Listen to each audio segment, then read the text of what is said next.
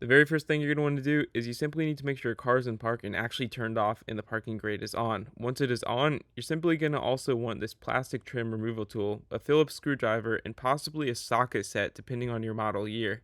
First thing we're going to want to do is we start by removing anything from the cup holders and storage compartment. Next thing, you're actually going to use the plastic trim tool to gently pry up and trim around the shifter in the cup holder area and basically work slowly around the edges so you don't crack the clips or scratch the interior of your vehicle. Once that's done and the trim is loose, you simply want to unplug any wiring connectors underneath, such as the drive mode selector, heated seat buttons, USB ports, or power outlets, and basically press the release tabs to pull the connectors out carefully.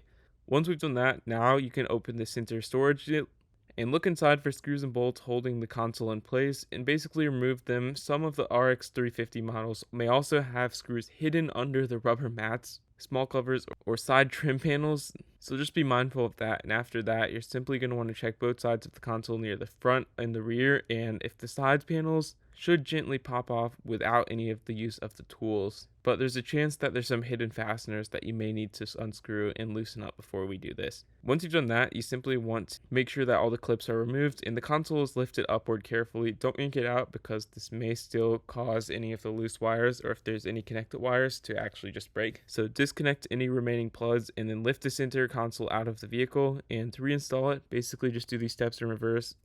You're going to need to plug in the wires and reinstall the screws. So that's pretty much easy, all you need to do. Thanks for watching.